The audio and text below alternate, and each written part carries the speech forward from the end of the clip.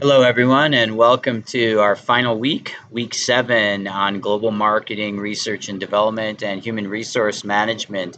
I think our theme throughout the class, but particularly for this week, is about mobility. So I'm recording this from the road, which I think is a good indicator of how global and mobile markets have become.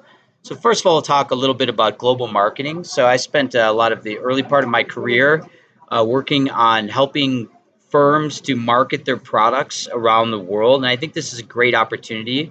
We've looked at a lot of the aspects that go into this.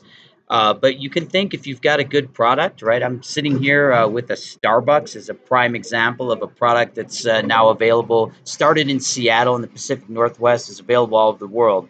McDonald's and Coke, of course, are ubiquitous. But you take bubble tea from Taichung in Taiwan, or had some yummy churros yesterday. You can see good products, which you can find all around the world. And I think a particularly interesting aspect of this is the idea of niche markets. You may not have a big market for your product at home, but you potentially, if you have a lot of small markets around the world, that adds up to a big market. And the internet, of course, and the connectivity is what powers this. And then a related theme, of course, is research and development. So part of this is on consumers and what local consumer tastes are. So I record this from New Mexico. The tastes here are slightly different than what you see in Boise, or in New York, or in Shanghai, or in London. So that's you take a great organization like Procter and Gamble, who embed research teams in local villages and communities to learn about how people, not just what they like, but how they do things. How are their processes different? How do they live? And there's another aspect to this too, which ties into what we talked about with foreign direct investment. Of course, there's supply chain advantages to being global, and also it ties back to markets. A few years ago, a lot of the big venture capital funds required that you had part of your R&D in China or India or one of the emerging markets in order to sort of get some gratis in these markets with local governments and local consumers so that they could look to expand their market share as well as produce and learn about the consumers.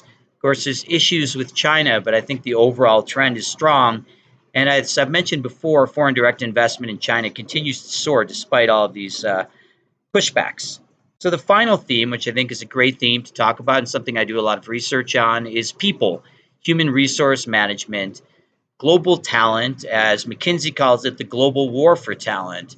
It's no great secret that top talent is doing really, really well in the modern economy, whereas people with lower skill sets and smaller networks tend to not do as well. So hopefully you've picked up some of those skills and some networks through your classmates and through your professors and TAs through this class.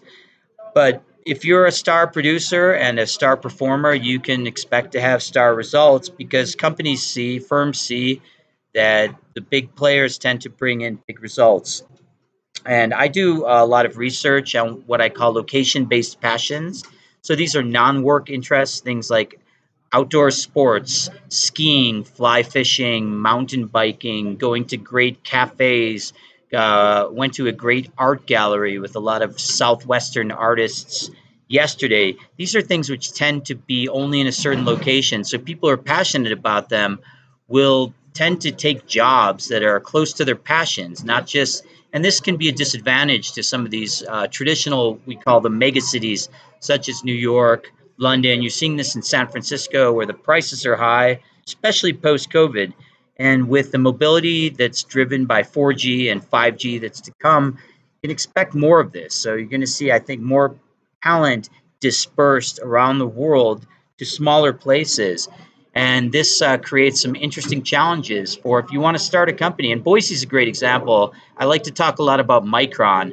Micron has been able to be essentially the largest single owned American semiconductor firm by largely holding on to its talent. And a lot of their talent, they like Boise. They want to stay. They don't want to go to California or to Portland and work for Intel or go elsewhere and work for AMD and their other competitors.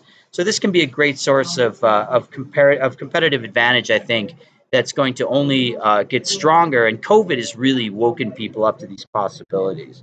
So that's something I'm particularly interested in. So, looking forward to the last week's group of presentations. We've had a great group so far. I've really enjoyed the class. I hope you've all enjoyed it. If you enjoyed the class, please fill out your feedback form. And I wish you all have a great summer. And please keep in touch, whether it's about the class or anything you want to discuss about global business in the future. So have a good one.